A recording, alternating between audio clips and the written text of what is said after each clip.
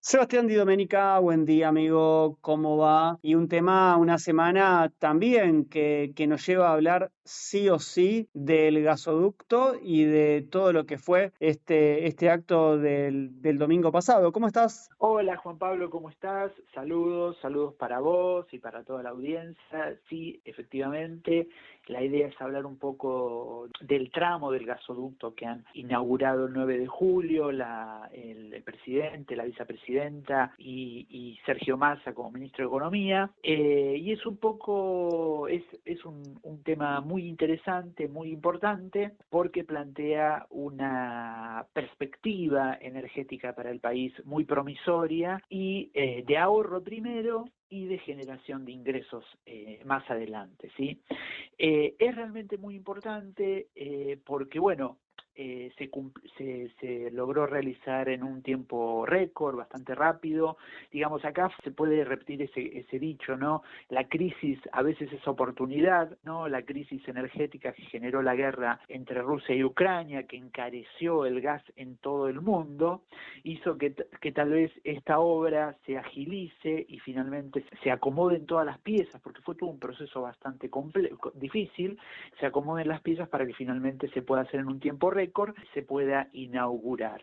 Vamos a un punteíto, ¿no? Económicamente, ¿qué significa la apertura de este gasoducto? Por empezar, significa que el Estado va a ahorrar en la importación de gas, ¿sí? Porque solo en este año se van a estar ahorrando cerca de 1.700 millones y el año que viene más de 2.000, es decir, que en 2 años solamente va a haber un ahorro de 4.000 millones de dólares cuando el gasoducto costó 2.500. Por lo tanto, se va a cubrir el gasto y además se va a mejorar el ahorro, ¿no? Pero eso por el lado de la cuestión ahorro, ¿no? Es decir, el Estado argentino va a dejar de verse obligado a importar gas. Y además le va a generar gas accesible a mejor precio a todo el sistema productivo del país, ¿no? Recordemos que este gasoducto que se inauguró llega a la provincia de Buenos Aires y eso va a permitir que abastezca a todo el AMBA este gas, que es un sector donde además de ser donde hay mayor cantidad de gente, también está el cordón productivo más importante de todo el país. Entonces va a ser es una noticia muy buena para el ahorro del Estado y además para generar energía a buen precio para toda la máquina productiva de, por lo menos de esta zona, que es una de las más importantes. Y después está toda la proyección, ¿no? De lo que plantea el gas de vaca muerta, ¿sí? Porque no solo que ahora va a generar el ahorro ahí, sino que nuevas etapas de gasoductos que ya están proyectadas van a llevar el gas hacia el norte del país para lograr abastecer todo el norte del país y además plantean una perspectiva exportadora muy importante, primero a los países limítrofes con gasoductos que lleguen hasta la frontera y que sigan hasta, por ejemplo, hasta San Pablo en Brasil o incluso hasta Bolivia, porque Bolivia, que ha sido un proveedor de gas muy importante para todo el cono sur, las reservas se le están acabando y se habla que para 2028 ya va a tener que ser un importador de gas. Entonces, toda esta explosión energética de Argentina se plantea como un proveedor de todo el cono sur y además se está proyectando, ya lo habíamos hablado alguna vez, una planta para licuar el gas, para hacerlo gas natural licuado, que eso es lo que permite que el gas se pueda transportar en barcos y llegar a Europa, ¿no? Entonces, si esta es una obra muy importante que sale aproximadamente 6.000 millones de dólares, el gobierno ya hay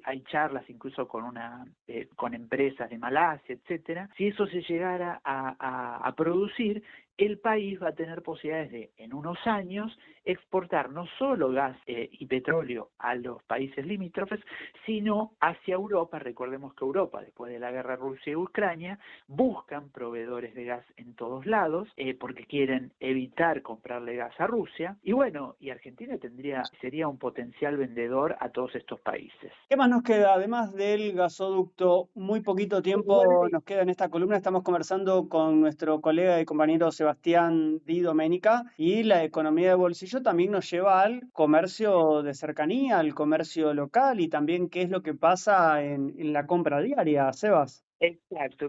Bueno, Mira, para terminar con lo del gasoducto, se plantea una perspectiva a los próximos años muy interesante, que va a generar muchísimos ingresos y si se logran todas esas piezas de las que hablamos ordenar y Argentina se convierte en un exportador para los países limítrofes y para países por fuera de Latinoamérica, bueno, se está hablando que podría llegar a generar ingresos por 30.000 millones de dólares, es decir, por encima de nuestro principal producto que exportamos, que es todo la soja y todas las oleaginosas. Entonces, imagínate la perspectiva importantísima que plantea este gasoducto como pieza inicial de un proceso muy importante. Pero bueno, pero esos son temas económicos más a largo plazo, muy optimistas, muy promisorios, pero tenemos la economía también, vamos a la economía del día a día, y en la economía del día a día hubo una noticia negativa con relación a las ventas minoristas, que bajaron un 3,6% en el mes de junio, según los relevamientos de CAME, y eso hablan un poco de, bueno, cómo la gente frente a la inflación y a la reducción del poder adquisitivo de los salarios, empieza a elegir qué compra, qué no compra, qué gasto hace y qué gasto patea, ¿no? Entonces, bueno, por ejemplo, en esos datos salió que, por ejemplo, textiles, decoración, son todos de los sectores de ventas minoristas que más han bajado las ventas, porque como decíamos la vez pasada, a veces la gente tiene un pesito y tal vez decide gastarlo en entretenimiento, en pasarla bien, ya que no tiene mucha capacidad de ahorro, y las compras que son tal vez más postergables, se postergan. Después hay otro rubro en minorista que ha bajado, que es el de los alimentos. ¿Pero por qué? Por esto que venimos hablando durante muchas semanas, que es que la gente que puede ir al supermercado, va al supermercado y evita el comercio minorista, el pequeño comercio, el comercio de cercanía, porque en los supermercados hay muy buenas ofertas, están los precios justos, etcétera. Entonces, hay una serie de sectores que desde el comercio minorista exponen un poco cómo la gente está dejando de gastar o gasta de manera mucho más cuidada y fijándose en dónde pone ese pesito que quiere gastar o disfrutar. Bueno, estimadísimo, como siempre, gracias por darnos un paneo general. Sabemos que tenemos gas y también el compromiso de hablar de un poquito la economía también de bolsillo y de contarles a nuestros oyentes en dónde se gasta un poquito más. En este caso, entonces, en ese comercio local, comercio de barrio o también en los supermercados, tenemos un peso, lo invertimos o lo gastamos directamente para no perderlo, teniendo en cuenta la inflación, ¿no? Bueno, sí, exactamente. Digamos, cuando tenemos un poder adquisitivo que ha sido bastante golpeado, obviamente que todos pensamos bastante dónde gastamos eso, ¿no? Porque, bueno, no tenemos mucha disponibilidad. Un abrazo grande, nos Un reencontramos abrazo, la próxima saludos. semana. Dale, gracias, chau, saludos.